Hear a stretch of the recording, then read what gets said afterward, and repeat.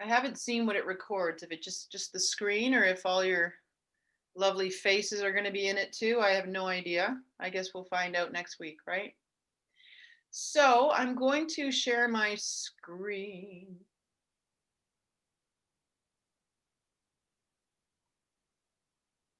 Okay, so I can't see what you can see. So can you just tell me, are you looking at my first slide right now? Yep. Okay. So the other glitch that we have to work on is that when I put this in presentation mode, you disappear. So that's something that's going to be fixed hopefully for next week. So in the meantime, just ignore the fact that you can see my slides down the left there. But I'd rather just have the class today and worry about fixing that with Adam, the IT guy. Just a quick question. I noticed that these slides are in PowerPoint on the OWL site. They're PDF, I think. I just But uploaded the slides. okay, great. So, well, lucky for you guys, the first the first class this morning told me of their preferences. So I just did it for you guys right away, which is they said they prefer the slides over the PDFs. Okay, yeah, so the slides are there. So if you feel free to go take a minute and go get them if you like. And I'm going to try to, or I just will. I'll be uploading the slides from now on. Thank you. Is there any other questions before we get going? No? Everybody's good? Okay. Well, I'll tell you a little bit about me first.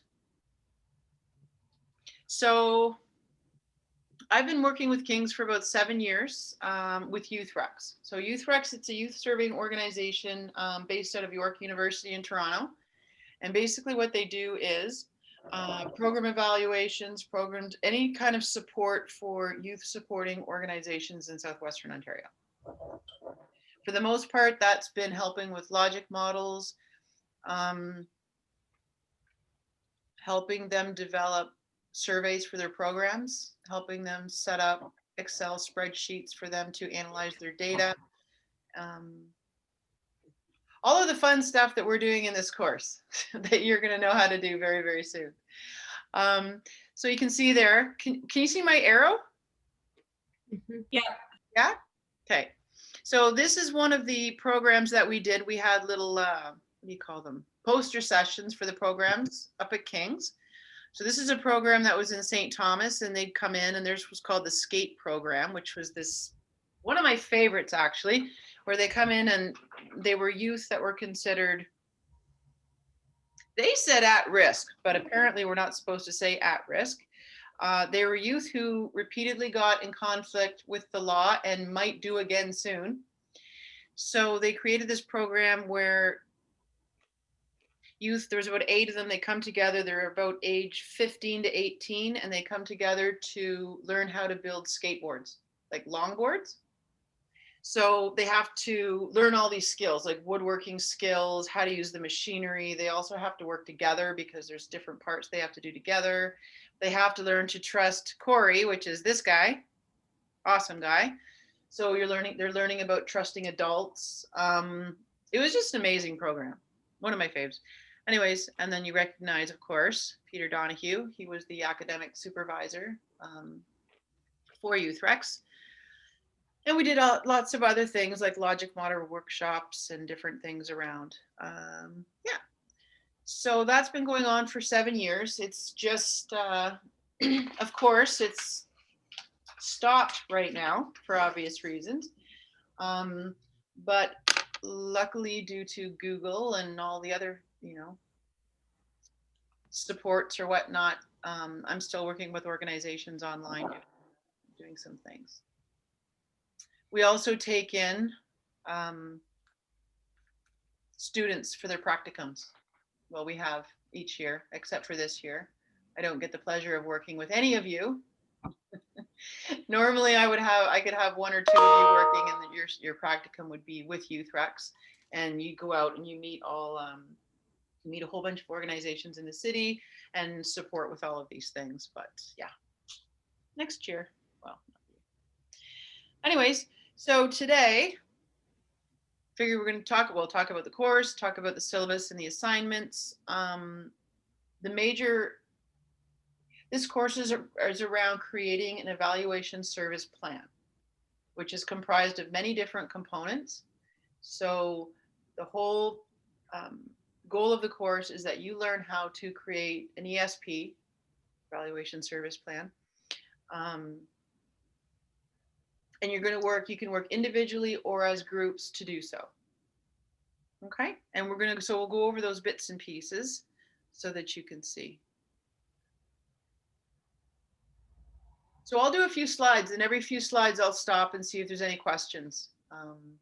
At the end, basically by the end of today, I really want everyone to walk away feeling like you know exactly what's happening in this course, and you're confident moving forward. You don't feel lost at all. Not sure what that is. So it used to be that absences, if there were 2 or more absences, I had to report to Peter or to whomever, because the participation and being in class was super important. Not this year, because of the obvious. I don't like to say it anymore. So because of that, I'm not reporting absences if you're not here. The way it's sort of working is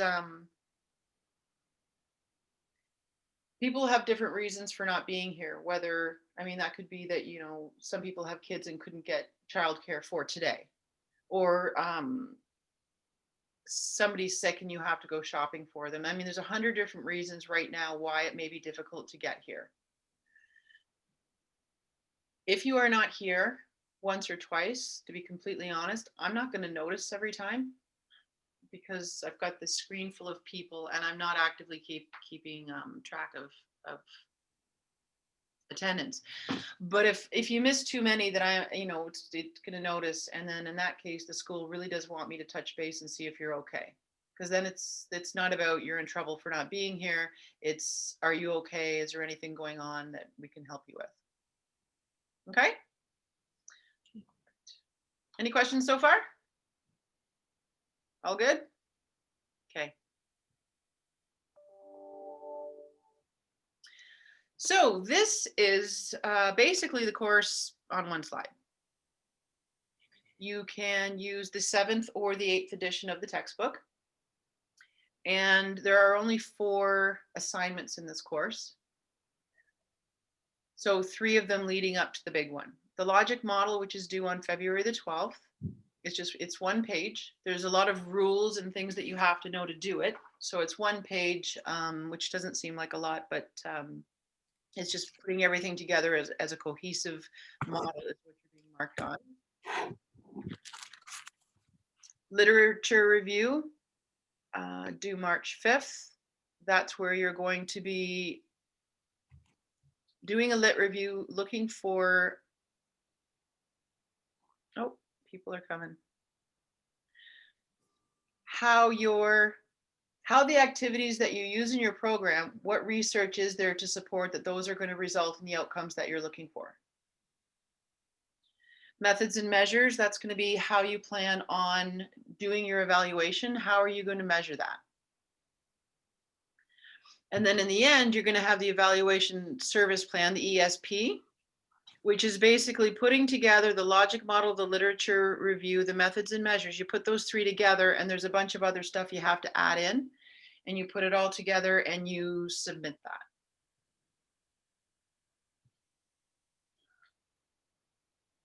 This is an example of, and we can look at an ESP in OWL, but this is an example of what the ESP table of contents looks like.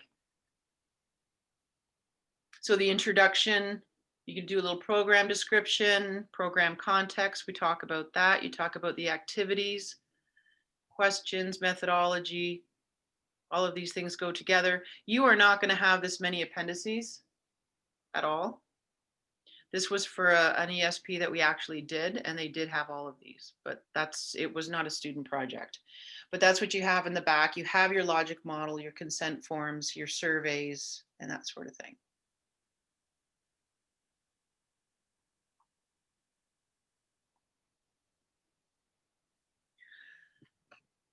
So sort of already covered this. What are the objectives for the course? The objectives are that you are going to understand about program evaluation, why it's important, what the benefits are,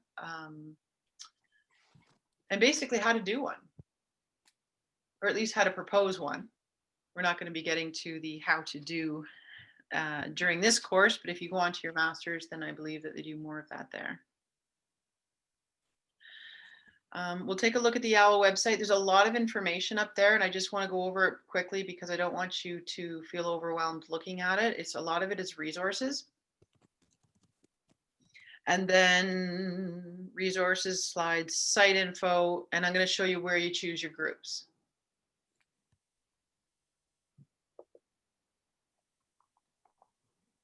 So each week, what we're going to be doing is we'll be doing some work from the textbook each week in the chapters. But we're also going to be, like, when we start talking about the logic model, because that's the first assignment that's due, during the weeks, and I don't know which weeks that is right off the bat. Week 4, we do the logic model stuff. So during that week, we'll also be going into break rooms where you're with your groups and you can be working on your logic models. Then I can visit the groups and you can ask me questions if there's something that you want help with. So each week you'll also be working with your groups during class a little bit on your projects. So the question is, do you want to do your ESP? Do you want to do this course alone, or do you want to do it with a group? And that is actually a really big decision.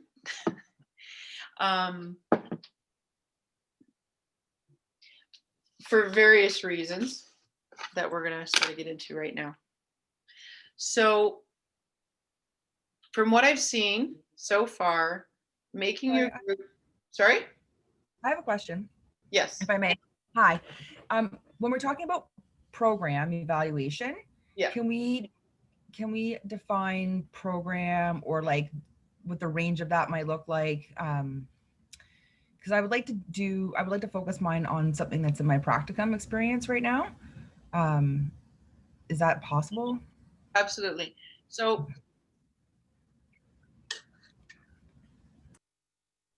I'll give you some examples of program evaluations that we've done, and then that way you get an idea.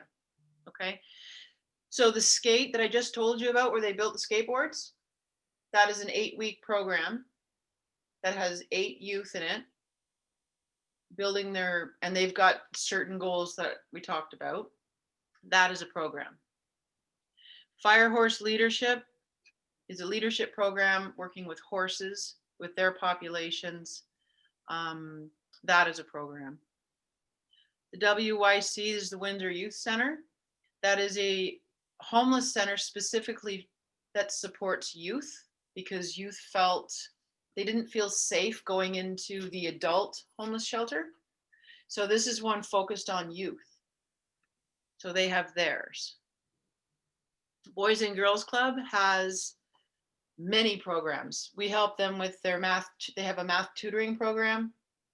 Oh my gosh, there was so many. We did a workshop there. We did 16. So it can be open or closed groups. But does it have to be a certain length? Like you were saying, one of them was 8 weeks. So does it have to be something like that? Or what if it was just is that a requirement of some kind? No, so no, not at all. So programs all look completely different. Like I said, this one, the skate was 8 weeks. Youth center is no time limit. It's a drop-in, right? So that's a drop-in, whereas the skate was one they had to register for the 8 weeks, right? They're all different, and everybody's program is different. And part of the reason it's different is because you're designing your program to serve your population, right? And different designs of programs suit different populations differently. So that's why each program evaluation that you do has to be completely customized to the organization, to the program, to the participants. So pretty much any program that you work with will work for this, fine. because they are so different. The only thing I would say is that the whole point of this is for us to learn, for you to learn how to do a logic model and for you to learn how to do these skills. So please try to pick a fairly simple program. If you choose a program that's too complicated, and somebody always does, they're overwhelmed, they're stressed, that's not the point of the course. Right? I want you to be able to do a logic model, and when you can do a simple logic model and you understand how to do it, you can take those same skills and do a more complicated program later. Does anybody have any other questions about programs or anything? Okay. So what you can also do is, once we figure out if you're going to be alone or in a group, you can throw some ideas around with your group, pick a program, and then if you want to talk about it with me, if you're not sure, then we can talk about it, right? And we'll make sure that you're on track right from the beginning. So the mistakes that there's two mistakes, it's kind of one mistake when people are deciding between with groups. The best idea is to choose your group based on skill level, not friendships. Even the idea of, well, I work really well with this person, doesn't float as well in this course. And the reason is because, you'll see, next slide. On a scale of 1 to 10, where do you place yourself in terms of knowledge or experience with program evaluation or research? Doesn't have to be program evaluation. So that's the question to ask. So if you have, like some people come from psychology over to this program, and in psychology, generally you have a pretty strong research background. So those people would generally be a 4 or a 5, probably a 5.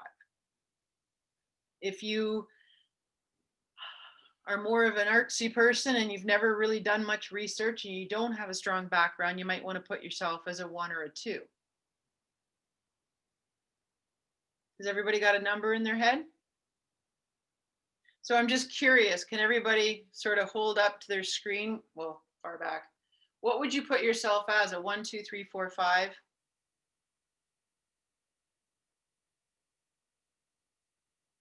Three, 3. Almost everybody's a 3. Does anybody want to go up to a 4?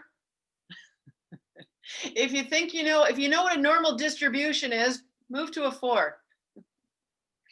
Okay. All right. Oh, we got somebody else in the waiting room. There we go. Okay, so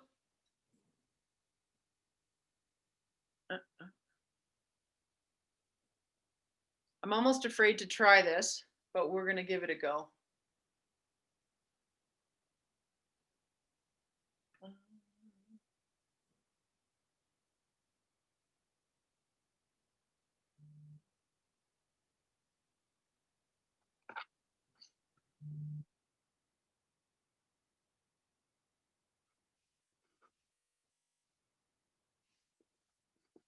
Hold on 1 second, I'm trying something.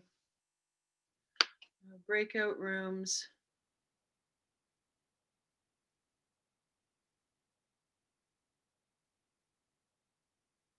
I'm going to create 10 breakout rooms. If you consider yourself a 1, go to room 1 or 2. If you consider yourself like lower, and if you consider yourself a 5, go into room 9 or 10. Just enter a room somewhere along that continuum. Does that make sense to everybody?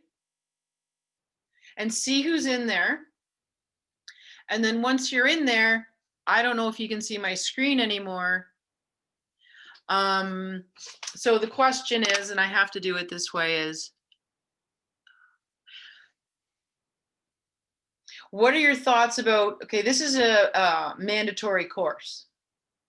And we get very different perspectives on people. They're like, either they're happy to be taking the course or they really don't want to, but they have to because it's mandatory. So I guess the question when you get in there is to be talking about what are your feelings on program evaluation? Do you think it's important?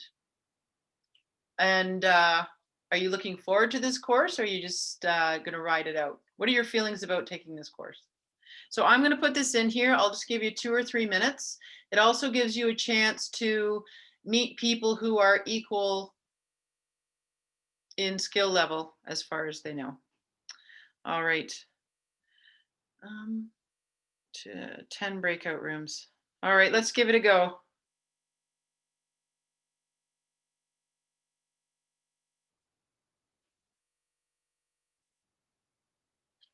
Oh dear. Why is it? I think it's going to automatically put us into a room, so we won't have the choice to pick which one. Well, I have the option. It said you guys get to choose. It says that doesn't look like we have a yeah, choice. This it is says- just telling me to go to a specific room. yeah. Oh, okay, we'll just go. Just go, give it a go.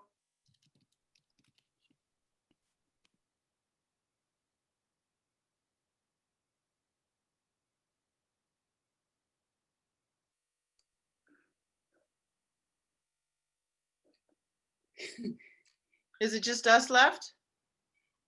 I guess I didn't get an option to move to a room, so weird. Really?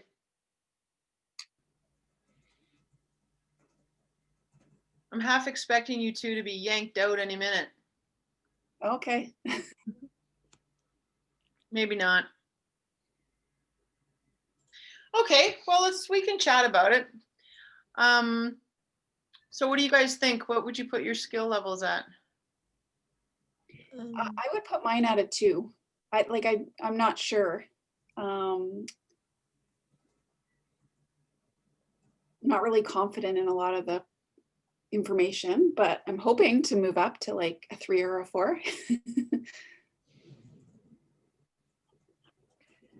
Yeah, I agree. I'm with Tiffany. I've been a part of organizations where I've seen other people do it and been the ones that provided it for the organization, but like I've never really done it myself. Oh, I see. Okay. Alrighty. So, sorry, what would be your numbers again if you were to put up a number between 1 and 5? 2. I said 2 as well. Yeah, I'm kind of in the same boat, Holly. Like I've done it, I've participated in it so I work at Welkin and we've done some program evaluation around groups and stuff. So I've like distributed surveys and collected them and tallied the information and then provided it to somebody else. But I've never taken on a bigger role than that. So yeah. Okay. All right.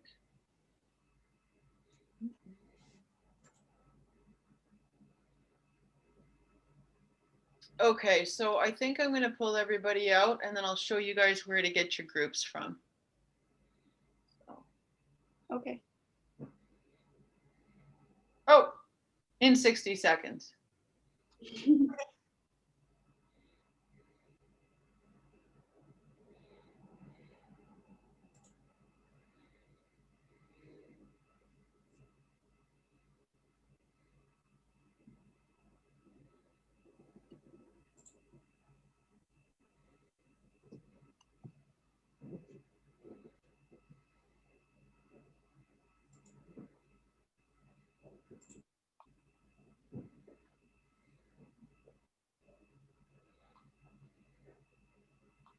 Okay, so everybody's coming back.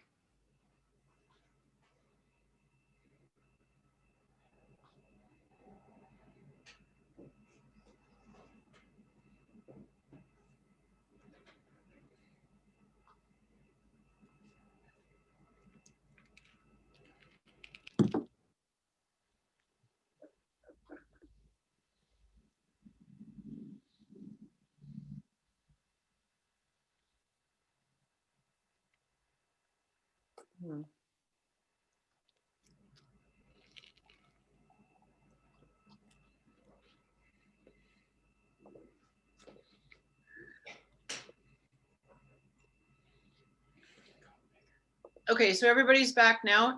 So everybody can see my owl screen? Yeah, okay, good. So if you go onto your owl, obviously that was the Zoom section overview. Down here where it says site info, if you click on that and you scroll down to the bottom, see it says groups you can join. Okay, and then you open that up and here's the groups here. And then you can click join and join your group. So you can have a maximum of 4 people in each group. You're going to be able to see who's in that group. I'm going to add a couple more at the bottom. If you want to be by yourself, then I'm going to add 11 and 12 and 13 or something for people who want to do it alone.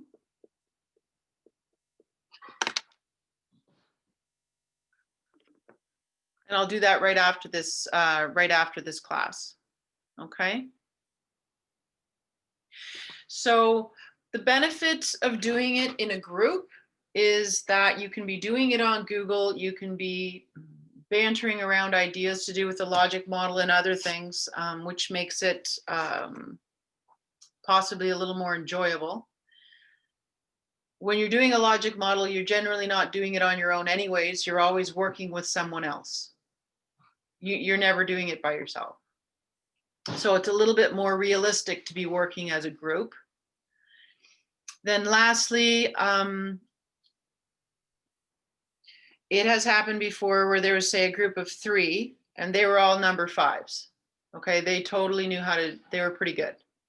And then their friend who hadn't done it before, who would say be a 2, she wanted to join their group. And I said, it's probably not a good idea. And they said, the 5 said, oh, we'll take care of her. Don't worry about it. We're going to help her. And they insisted on doing it. So, okay. So the problem with that is that the 5s did all the work. And I don't mean that in a bad way. They got to be creative. They got to create the measures. They got to create the logic model. And the friend who was a 2 basically sat there not knowing what they were talking about. It was going too fast. She didn't get an opportunity to learn the skills because they already knew them. It was just happening too fast for her. And she really, I think she regretted doing that. So if you join people, if you're a 5 and you join people who are other 5s, it means that you get to talk about logic models and measures and how you're going to do this all at the same level, and you can really enjoy the process. If this is brand new to you, then you guys get to figure out how to do a logic model together. That's more enjoyable because you get to figure it out at your own pace, discussing things with other people. Everybody is equally likely to, if you put the work in, everybody's on the same level as far as a grade. Just because you're a 5 does not mean that you're getting an A, and somebody who's newer to this is going to be getting a B because they don't know as much. That's not the case. Okay, so to get the most out of it, that's what I suggest you do. At the end of the day, we're all adults here. So once you choose your group, then that's your choice going forward. We can't switch groups simply because of the work's already been done. So yeah, you're welcome to choose the group. You are welcome to work alone if that's what you want to do. Somebody else is coming. There we go. And this is where you're going to do it, is on here. Okay. Now the question would be, geez, when we were in a classroom before, it was really easy for us to see who would be considered one, like a less experienced and more experienced, but because of this, it makes it a little bit more challenging. So let me work on that. Does anybody have any questions about that? I have a question. Yes. So if you're working in a group, are you each submitting a logic model and you're each submitting measures and all of those pieces, or is it a combined document? Good question. It's combined. Okay. So if, let's say that you and 3 other people join group 1, what ends up happening is I see your 4 names and I will know the name of your program. One person from your group submits the logic model. And when it's graded, all 4 people in the group get the same grade.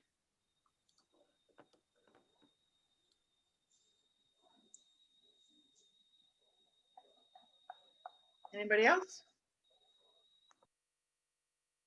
No? Okay, perfect, perfect, perfect. Sorry, Laura, I have a question. I just can't find where to sign up for this, the groups. So Oh, I'm looking in the OWL site, under your course, and what's the tab? You site, go, yeah. site info. Ah, got it. Thank you. Yeah, it's just like lots of OWL. It's not very intuitive at all, which is why I wanted to go in there and show you where it was. If anybody else has any questions or I mean, ask me anytime, but yeah, please do email. We'll get the group set up. All right. So with that said, so let's get into the chapter. The slides should be there now if you want to pull those up or whatever. It's 3:10. We're supposed to take a break. And this would probably be a good time to do that. Well, let's take a 10-minute break now. Okay, and then we'll take a 5-minute break later. So let's take a 10-minute break now and then we'll come back. So 3:20. Okay, perfect.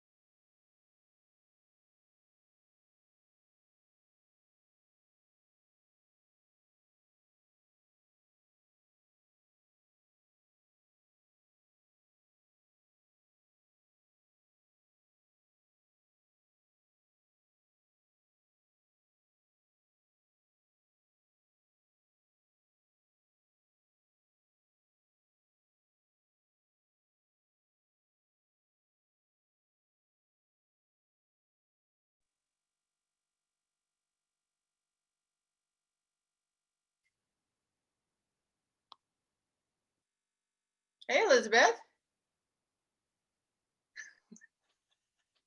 How are you? Hey, how are you? Good. I finally figured out how to get in, which was good. It's just like last year. Last year I missed the first session because I was sick, and then missed half of the second class because I was at the hospital, and then ended up having to drop the class. This year I just can't get in. Well, you did it. I That's did. I have safely arrived. nice. Nice, nice. Lisa, Hi, Laura. hello. How are you doing? How are you? I'm good. How are you? Excellent. Excellent.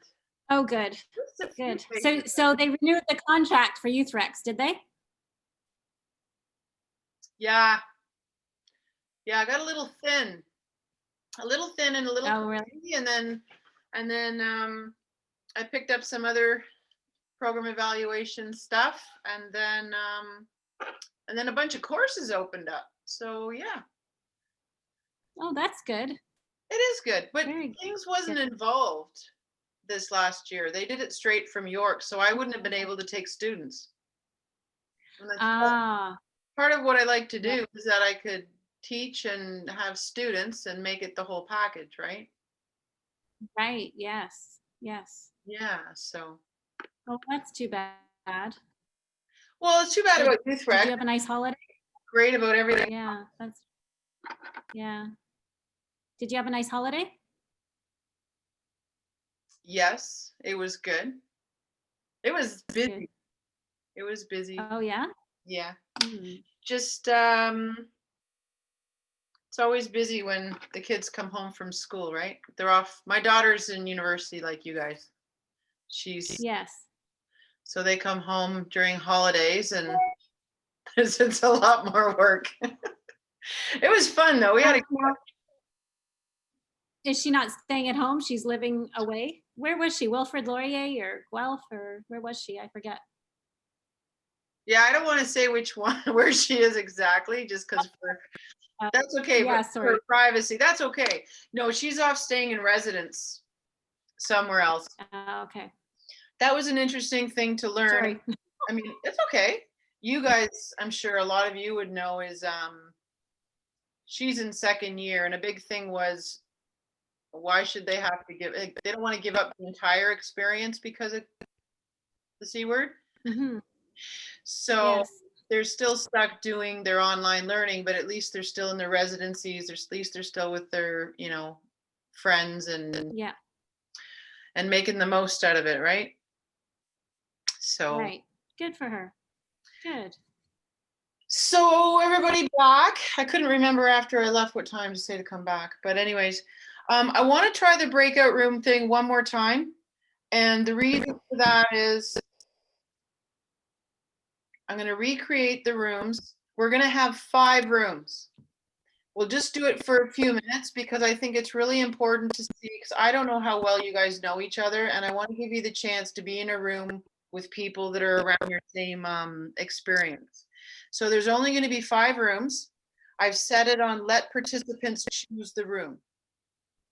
Now, last time we actually didn't choose. We were like Julia and I were in the same room, but we were only able to pick the one room. It was room 5. Well, like I said, the tech people, we're having another meeting this week because there's a few glitches.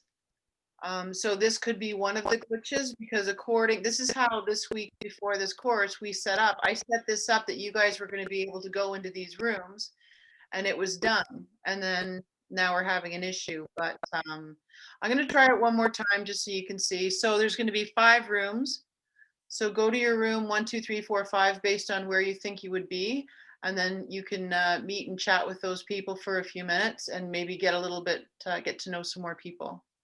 So let's give it a go.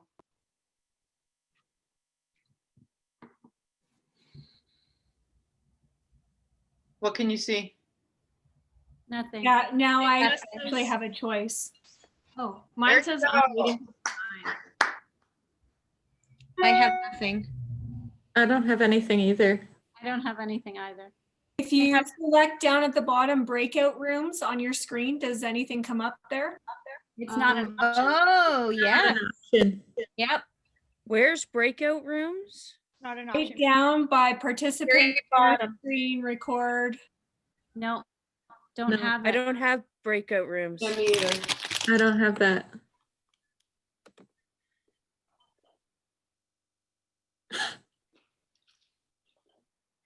I think I have it, but it just won't let me join a room. Yeah, I don't have that as an option. Okay, let's do this real quick. Isabel, what room? Yeah, it won't let me join. No, I need you. Isabel. Where's Isabel? Some Oh, people might I have. was muted. I'd like room 2 probably. Lisa, 5. I don't- Carrie, Yeah. Okay. Carrie Bowen. 4. Can everybody take themselves off mute right now? Nina, 3. Sydney, 3. Erica, Jade. 3, please. 3 is almost full, by the way. That's it. Emily, I'll do 2. Melissa, 2. Ariel, Is Lisa group 1? She went to 5. Oh, then I'm 5. Patty, 5, please. Megan, I'll go 1. I think you said most of the groups are getting full. 1 needs more. Elizabeth, 2. Dana. I'll go to 1. There, she's got a friend. Holly, I'll do 1. good. Tara, I can do 2. you want 2 or 1? It doesn't matter. Wherever there's less people. Oh. Tara? Tara?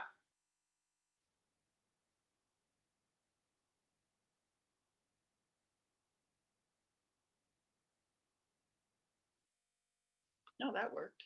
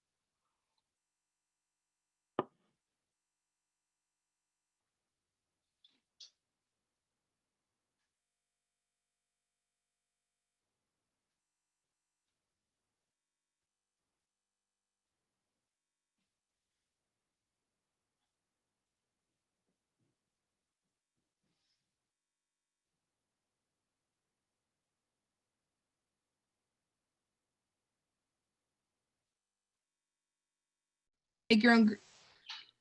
Hi. Hello. Hey, I've never done that before. Welcome. Look at me all over the place now. Oh, hi. Hi.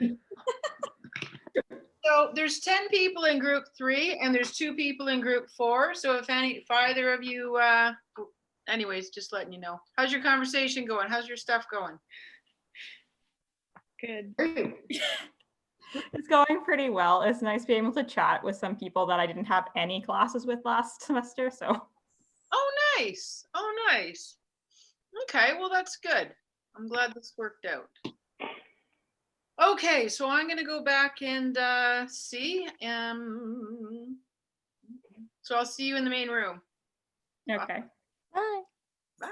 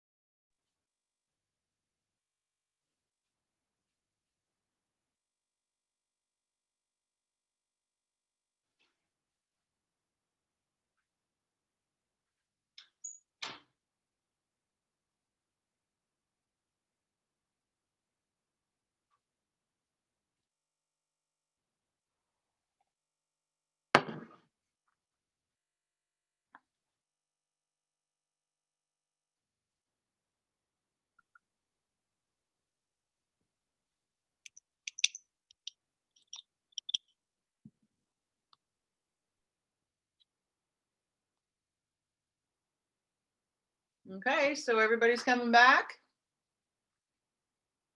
Let's see. Perfect.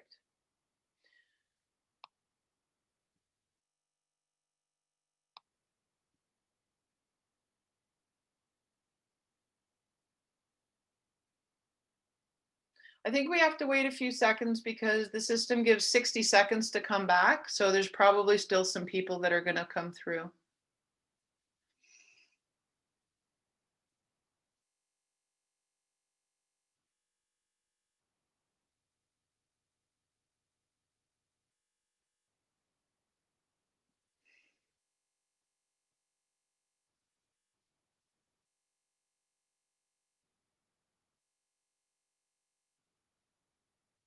Okay.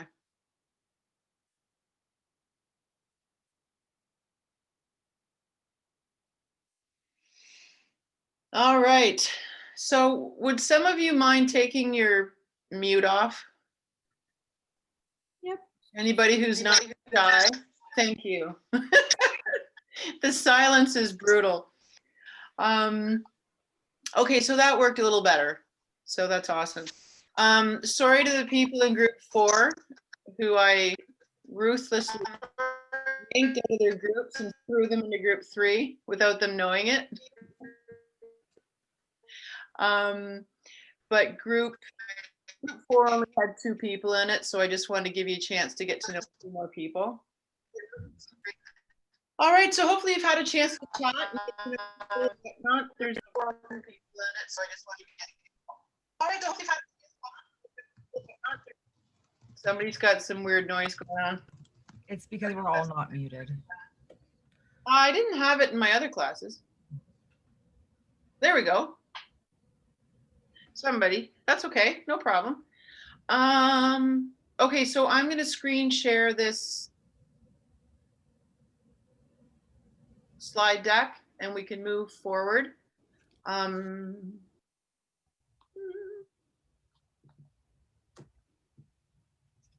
So this is from chapter 1, basically talking about what program evaluation is and what accountability is. I mean, everybody, I guess, has an idea of what accountability is, but what does accountability have to do with when in terms of program evaluation? Okay.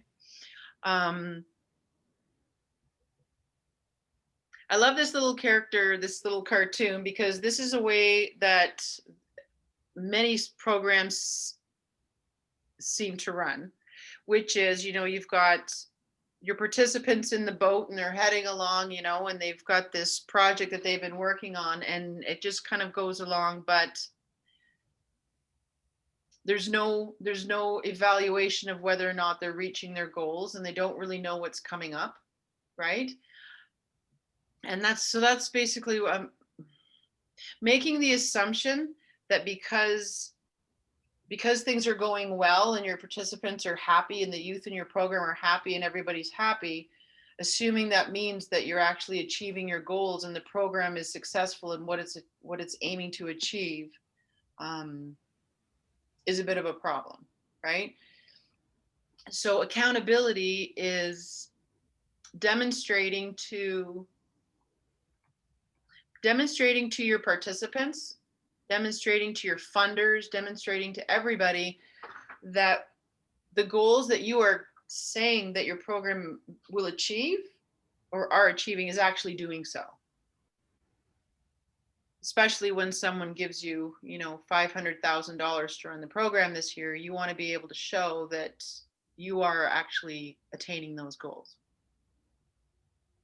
So what is accountability? It's being held responsible for demonstrating that the program you are running, receiving money for, and state outcomes for is actually achieving the results you say, which is fair, right? And I mean, people who are running the programs are all meaning to be achieving these goals. I mean, everybody's trying to achieve the goals, but just it's demonstrating that that's actually happening, right? A lot of programs that I work with are people with years of experience who have come up with solutions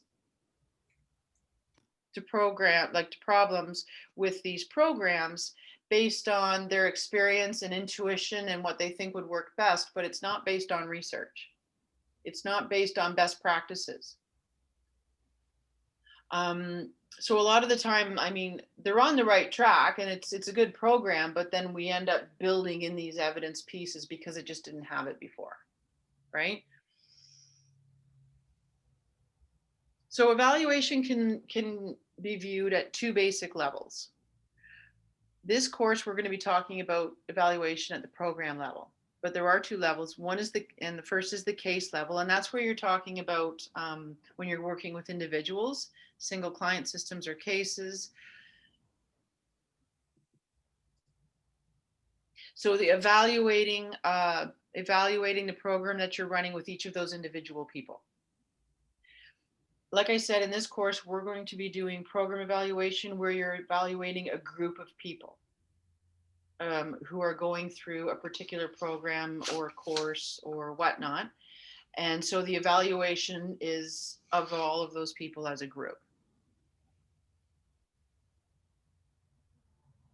So there we have, this is the process here, the case and the program level evaluations, which I just said. The benefits to doing program evaluations, the three reasons, the purpose that we do it is to increase our knowledge base, to guide decision making, and to assure practice objectives are being met. And we're going to talk about those a little bit more in depth in the following screens. Before we do that, as I stated earlier, a lot of people, not only in this course, but in organizations and everywhere you go, don't like the idea of program evaluation. And there's two myths about that sort of surround it, which is basically saying social work is an art. It's an art. It's not a science, and you cannot measure social work using scientific methods. You can't do that. So that's one way they get their back up. Basically, that's the philosophical bias, right? Evaluation is impossible, it's not objective, politically incorrect, and culturally insensitive.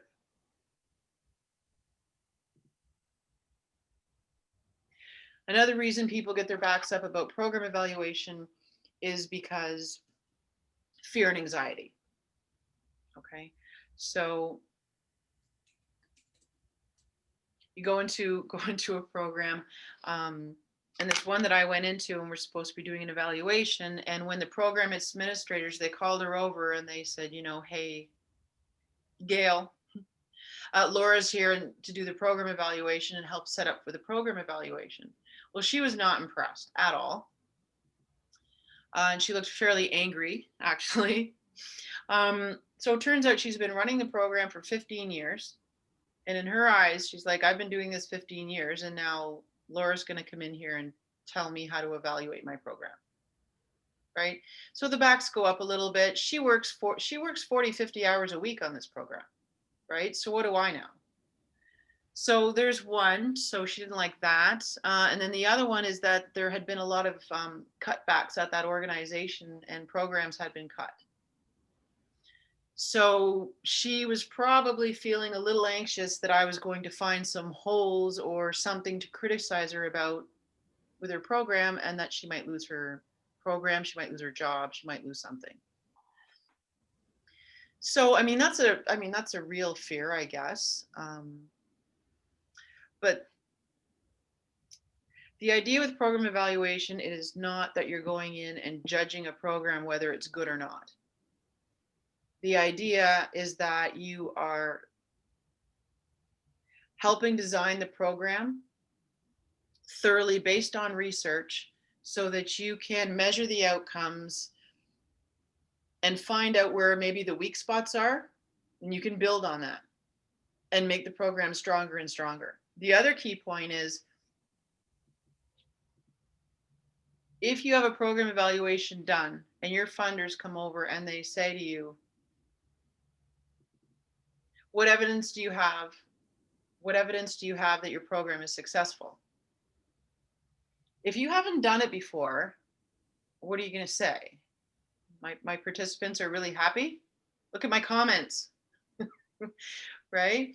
But if you've done a program evaluation, if you've created a logic model and you have those things, you've really protected yourself, because you can say, oh, I have this, and you can show them that, right? You can show, we did an evaluation in the spring, we did some surveys, and we found out that there's a couple of spots here that were weaker.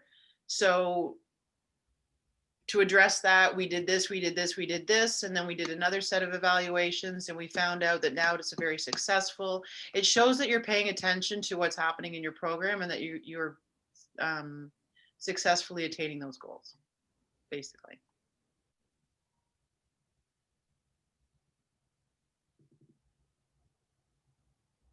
So as I said, there's 3 purposes for doing the evaluation. One is to increase the knowledge base. As you do your evaluations and you share the results of your study, other people can be learning from what makes a good program good, right?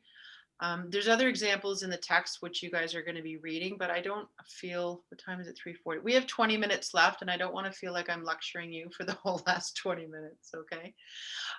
There's some examples, other examples of how you're increasing the knowledge base. Guiding decision making. Higher up, I don't actually, to be honest, deal with funding decisions or administrative decisions, which programs get cut, anything like that. That's not what I do.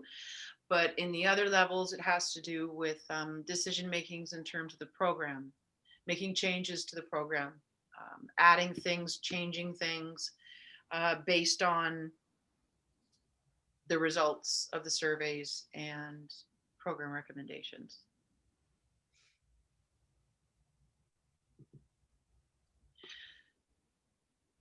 This is again just guiding decision making. The text talks about 6 stakeholder groups involved in program evaluation. It really depends at what level you're at.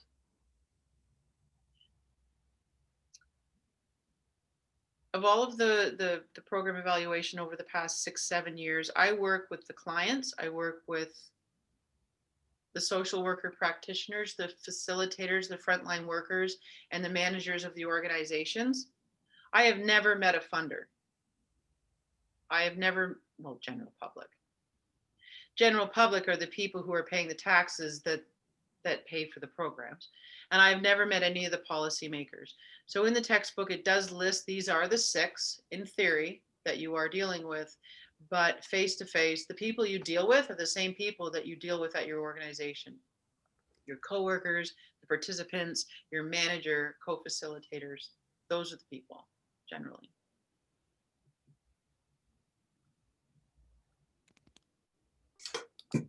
And as we've said a few times, Assure's practice objectives are being met. So our clients getting what they need, is the program achieving its short-term outcomes that it's supposed to be. That one's fairly straightforward.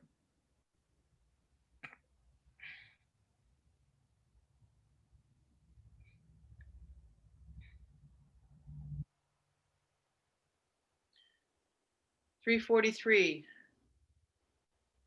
Let's do this again for, oh geez. Let's do the breakout rooms again. Just for 5 minutes based on this, what kind of feelings, attitudes, or behaviors? So imagine the place where you guys are doing your assessments for, sorry, you're doing your practicums, or where you were doing your practicums at some point over the past few years. I'm sure you've been in lots of places. And what kind of feelings or attitudes, like what would have been the consensus or how people felt if a program evaluation, an outsider was coming in to help you do program evaluation work, or how you would have felt? So I'm going to, let's do 5 rooms again. Let's assign automatically. You're all going to get swept away into a room.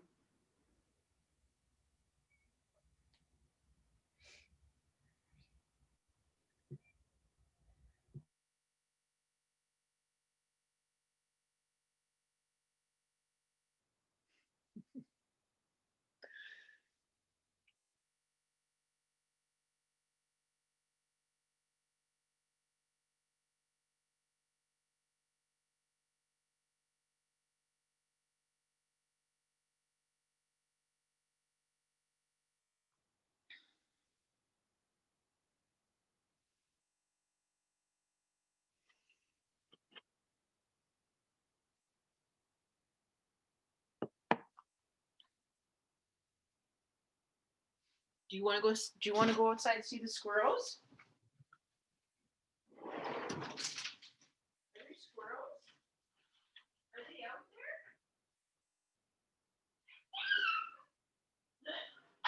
There was nothing.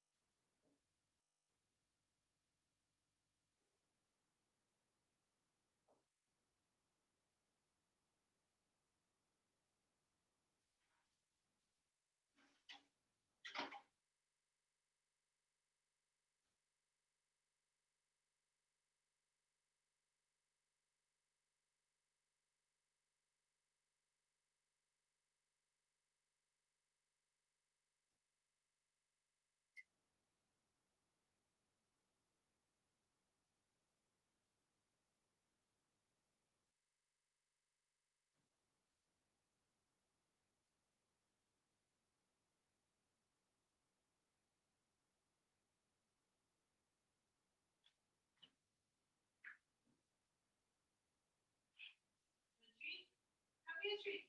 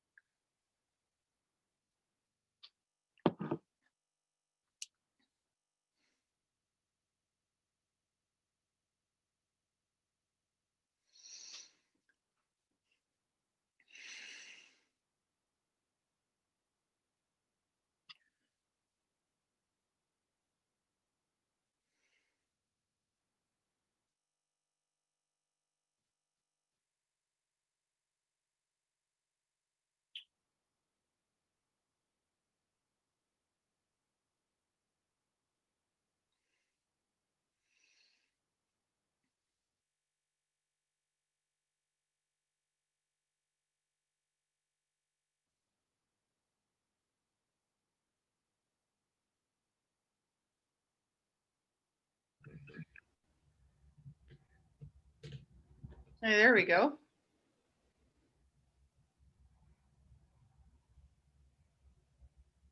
All right. Okay, so what have we got left? We've got 10 minutes left. We'll just talk briefly about accountability, the different types that they talk about in the book. So coverage accountability is about, are the persons served those who have, are those who you design the program to serve? So you set up your program, you've been running it for 2 years, you do your surveys and find out, are the people you designed the program, are those the ones that are showing up? Because sometimes it turns out to be a different population group, and then you have to look at why. Cultural accountability, that has to do with your facilitators. Are your facilitators trained to be culturally competent or sensitive? Fiscal accountability has to do with the money or the funds being used properly. What is their process or their system for documenting expenditures? Legal accountability, relevant laws, health, safety, privacy of records, whatnot. And professional accountability, are our professional code of ethics and accreditation standards being observed? Fairly straightforward. Scope of evaluation, you're going to understand this further once we start doing like what it actually looks like once we start doing the programs. So evaluation has to be sensitive to 6 program characteristics. The boundary is, and this has to do when we're talking about how each program is very, very different. Okay. How big is the program? Is it a school? Is it a community? Is it a province? It can be a tiny little section of the community. How big is it? Size, individual clients, is it 2 clients? Are there 20 kids per group? Are there 60? Most of them are under 15, say, that I've come across. Duration, is it 6 weeks long, 8 weeks long? Does a program go on for a year? Maybe it goes on for 2 or 3 years. Complexity, combination of services, clarity and span of program objectives, the short, medium, and long term, and then population, very different populations. Different populations often require different methodology. So who is your population? So let's say that you're going to go and you're going to measure the outcomes of a program. One of the programs is, let's say that one of the programs is sort of like this art social programs for kids 6 to 10 years old. And another program is the skate program that I was talking to you about, youth age 15 to 18. How do you think the different populations affect your methodology for your program evaluation? Maybe the way that you receive feedback from the youths that were in the program, like a 6-year-old, like communicating, getting feedback from a 6-year-old is going to look a lot different than that of an 18-year-old. Exactly. Yeah. So what's one example of how that might look, say in terms of a survey?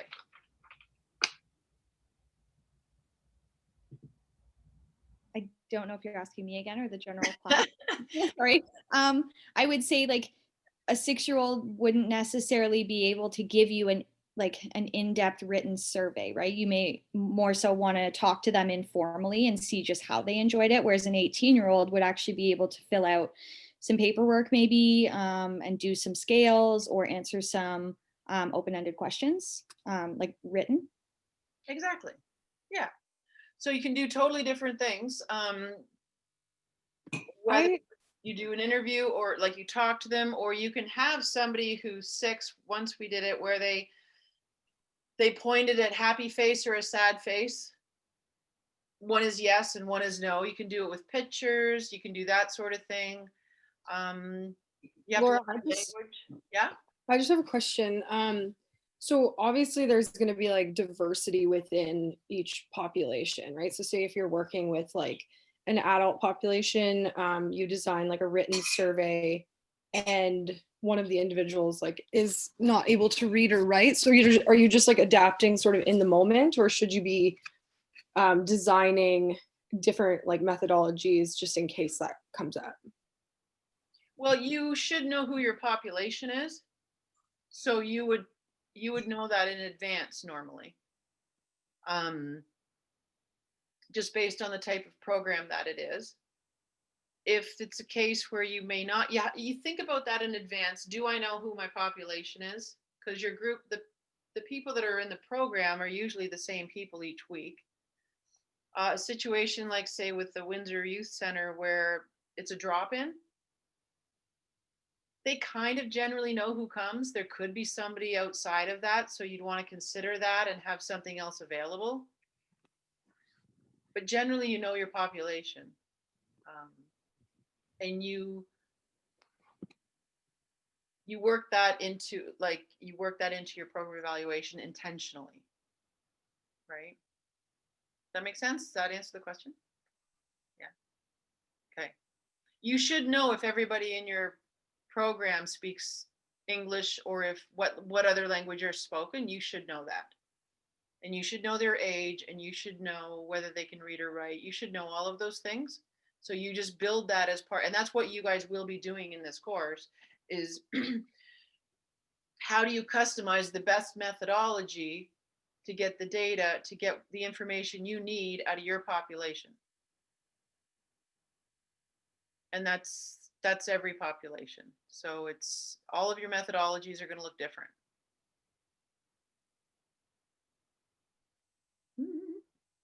Okay, so we are down to 5 minutes. I'm just going to quickly go over the last few slides here. Basically, it's talking about how is evaluation different from research.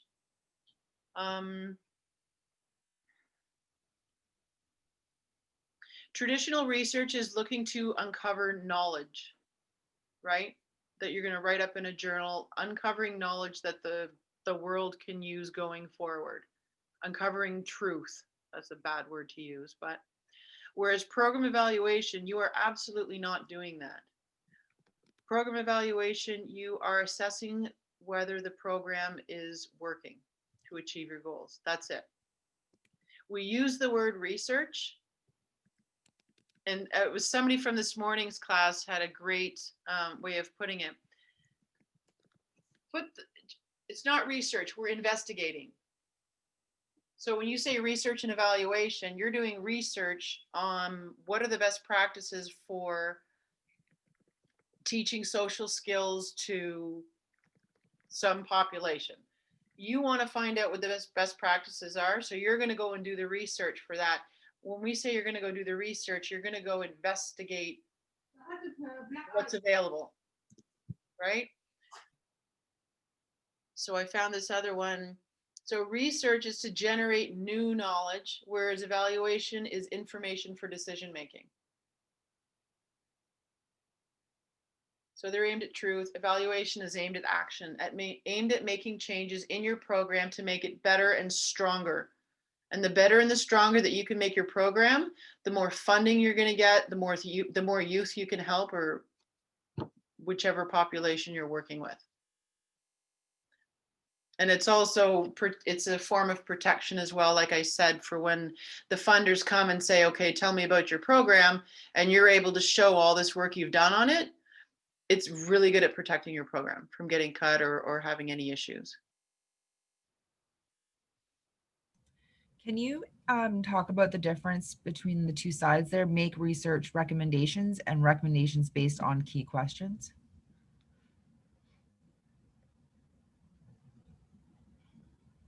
Sorry, I don't see that.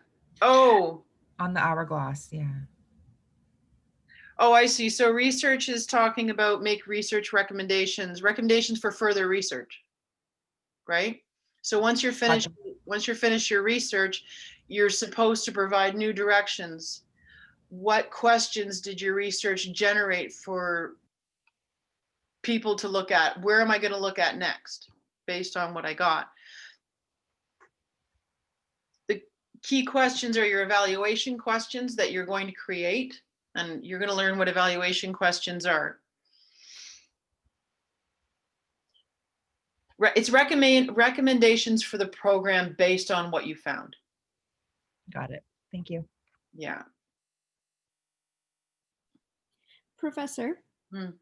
I have a question as well in terms of just what I've been listening to you say so far about trying to evaluate if your program works or not.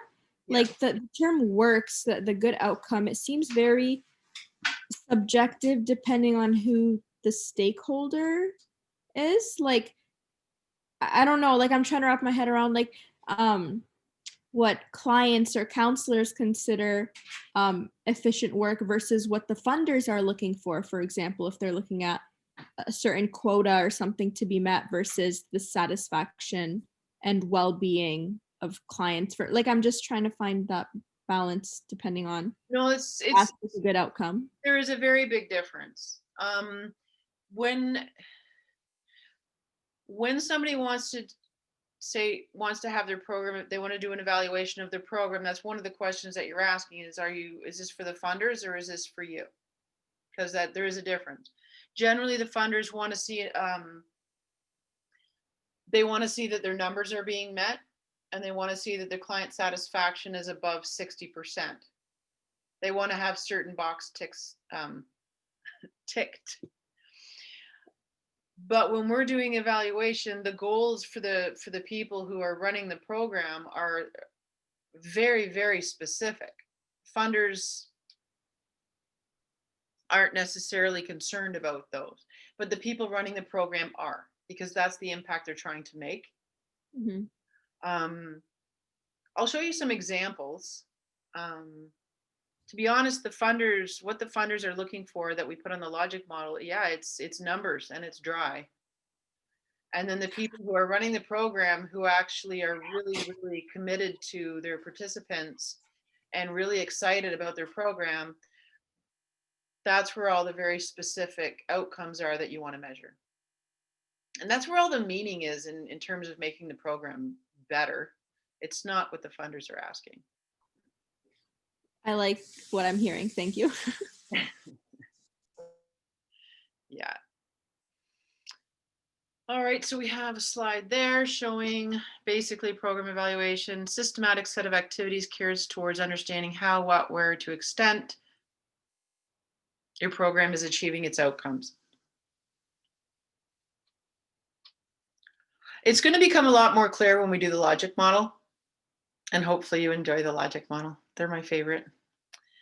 Again, I showed you this earlier to show you all the different organizations, but it's just another bit of information about what program evaluations are and all the different types of organizations that apply for supports.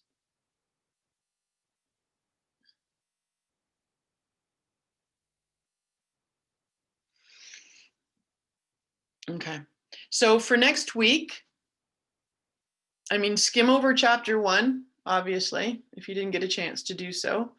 And we're going to talk about chapter 9, going over evidence-based programs.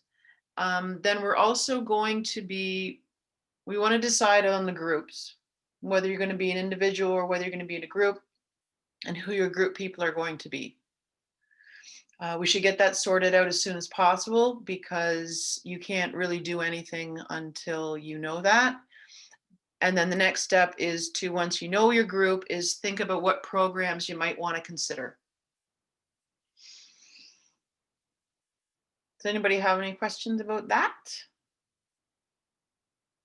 Everybody's all good? Is everybody done for the day? Yes. Yes? This is it. Okay, me too.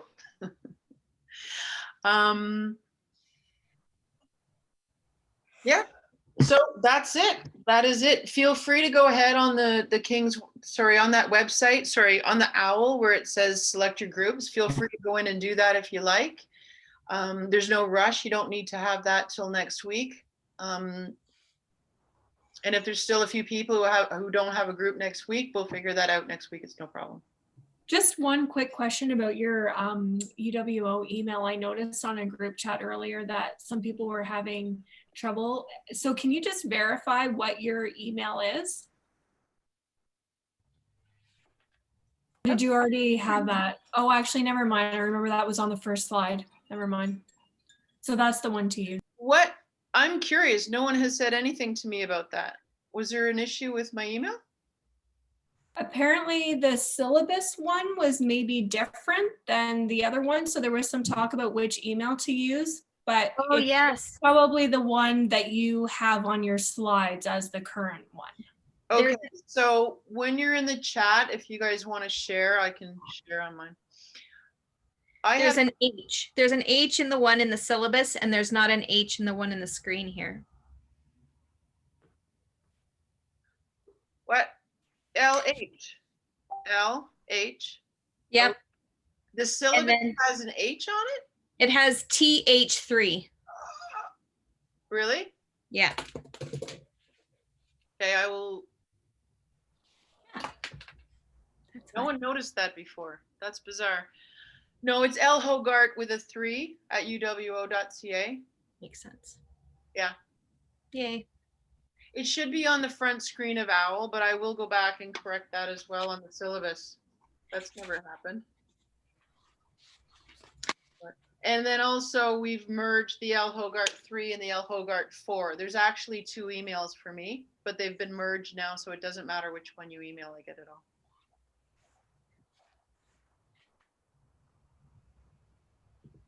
Anybody else?